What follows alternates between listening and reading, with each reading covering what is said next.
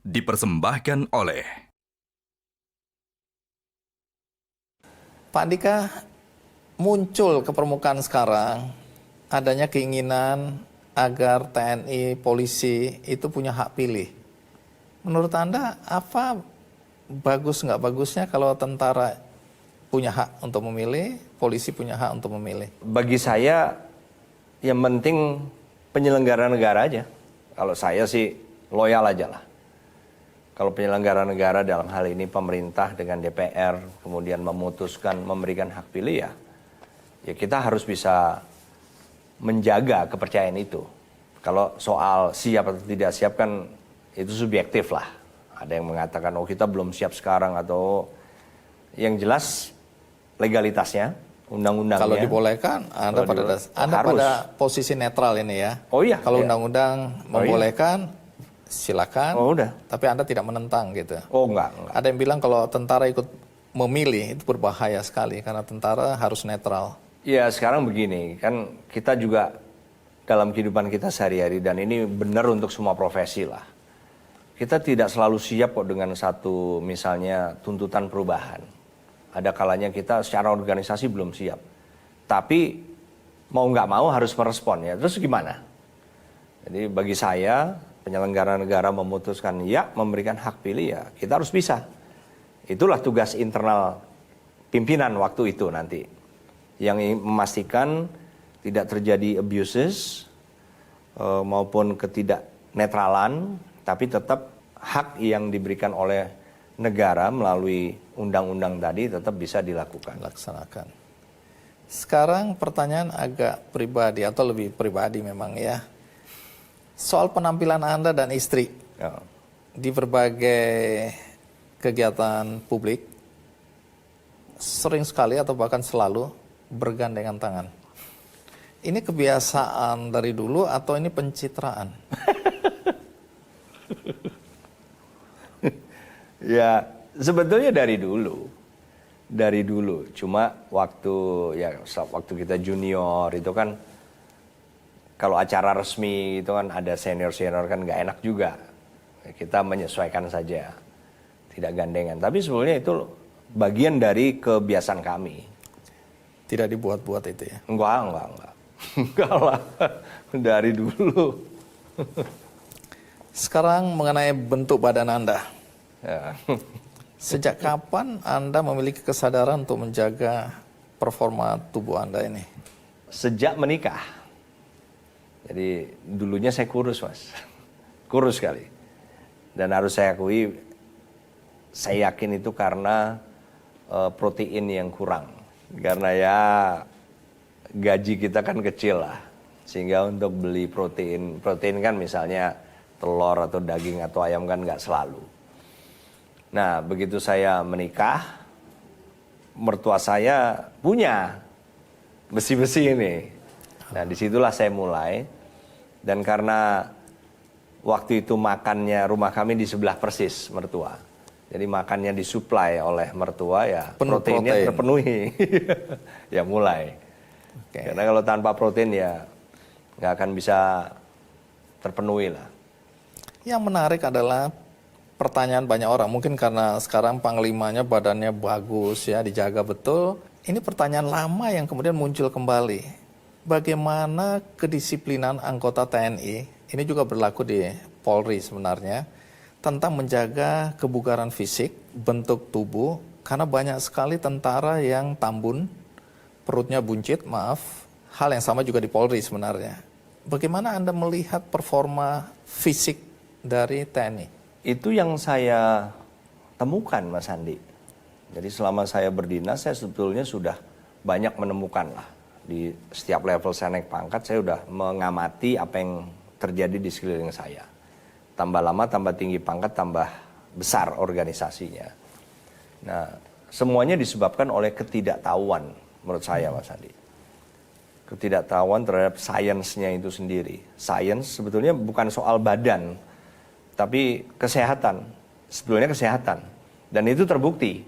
Jadi anggota TNI Angkatan Darat, sekarang ini kan tahun pertama saya belum mendapatkan data, nanti di akhir tahun. Tapi saya di Angkatan Darat, selama 3 tahun saya pelajari datanya. Jadi tiap tahun itu kita kehilangan sekitar 700-an Anggota. prajurit ya Karena meninggal Karena penyakit tidak menular.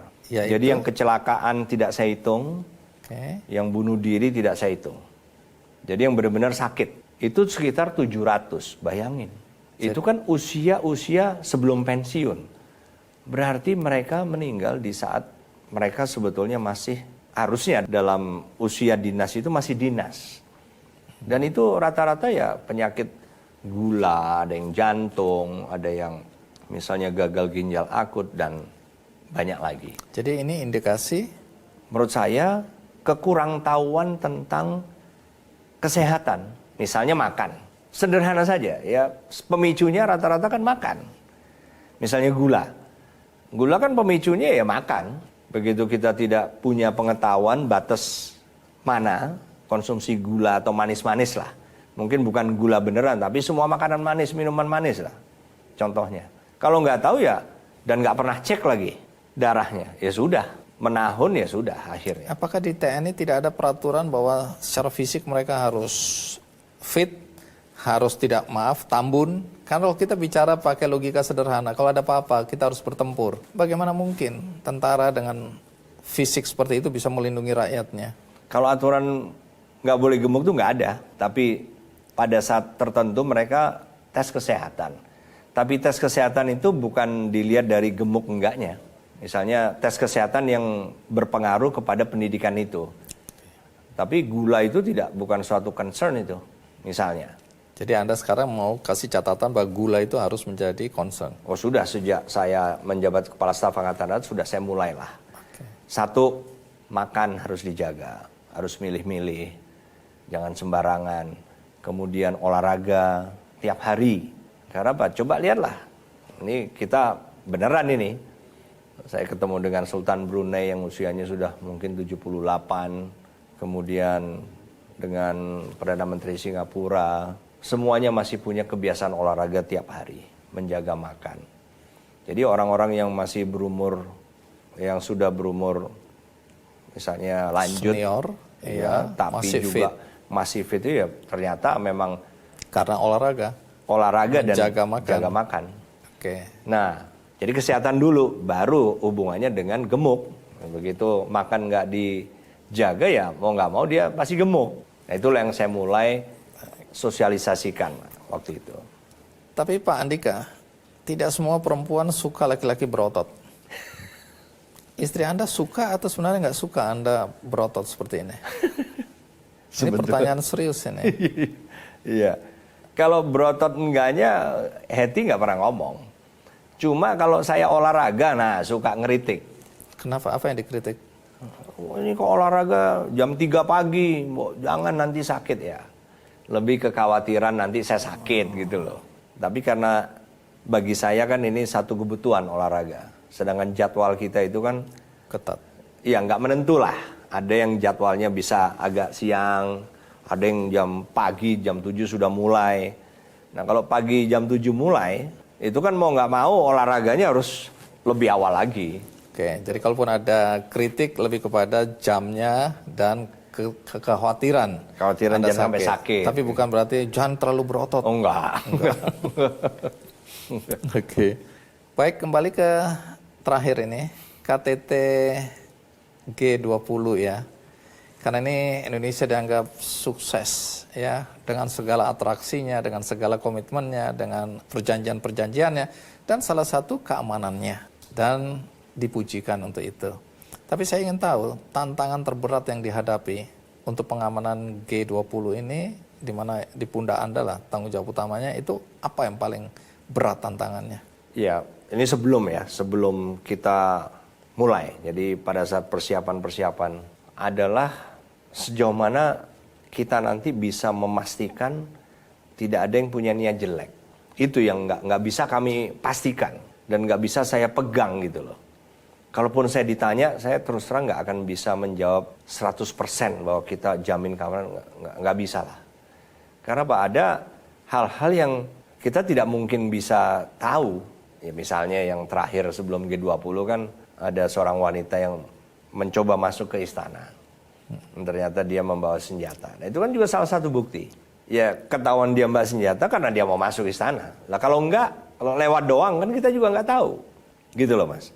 Ya senjata kan di dalam kehidupan sehari-hari kan juga kita tidak tahu persis apakah mereka ada yang bersenjata atau tidak. Secara peraturan perundangan tidak boleh. Tidak boleh. Tapi kan fakta di lapangan juga tidak berarti kemudian tidak ada. Nah itu yang membuat saya selalu berusaha memastikan gimana caranya. Oleh karena itu sikap saya dari awal adalah saya tidak mungkin bisa memastikan 100% bahwa keamanan nggak akan ada apa-apa. Tidak mungkin. Selalu saya berikan ruang, walaupun saya nggak ngomong. Selalu saya berikan ruang adanya possibility, kemungkinan. Nah, itu yang mengganggu saya, yang bagi saya cukup besar. Oleh karena itu, cara saya menangani keamanan G20 adalah dengan cara kerjasama. Kerjasama Dengan militer negara-negara lain maupun dari Secret Service atau Pas Pampres dari negara-negara yang akan hadir. Dan itu sudah saya tunjukkan dalam konteks yang berbeda, yaitu dalam latihan bersama. Sudah saya tunjukkan lah bahwa saya mampu membuat semangat teamwork, kerjasama tim. Kita latihan sama-sama, apalagi multilateral dalam skala besar, ternyata kita bisa. Ternyata begitu banyak negara yang kemudian tertarik. Dan tujuannya satu, menciptakan justru keamanan, peace, perdamaian. Bersama. Nggak mungkin saya doang gitu, maksudnya nggak mungkin TNI aja. Kita nggak mungkin punya alutsista yang cukup untuk mengamankan negara kita dengan garis panteng begitu panjang.